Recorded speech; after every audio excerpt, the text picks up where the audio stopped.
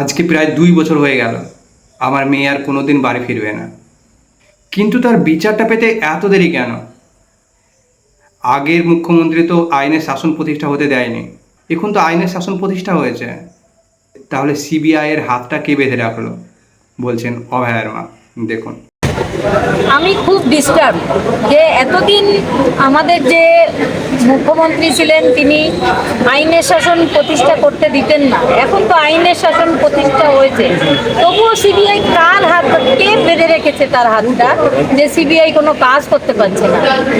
চরম ভৎসনা দিয়েছেন আজকে, আপনারাও ছিলেন, দেখেছেন। আমি তো সত্যিই খুব ডিস্টার্ব, কথা বলার ভাষা হারিয়ে ফেলছি। আজকে প্রায় 2 বছর হতে গেল, আমার মেয়ে আর বাড়ি আসবে না, কিন্তু বিচারটা তার একটা সুরক্ষিত বলয়ের মধ্যে যে ঘটনাটা ঘটেছিল তার বিচার পেতে যে এত দেরি হবে, আমাদের হাতে ছেড়ে দিলে আমরা বিচার করে দিতে পারি।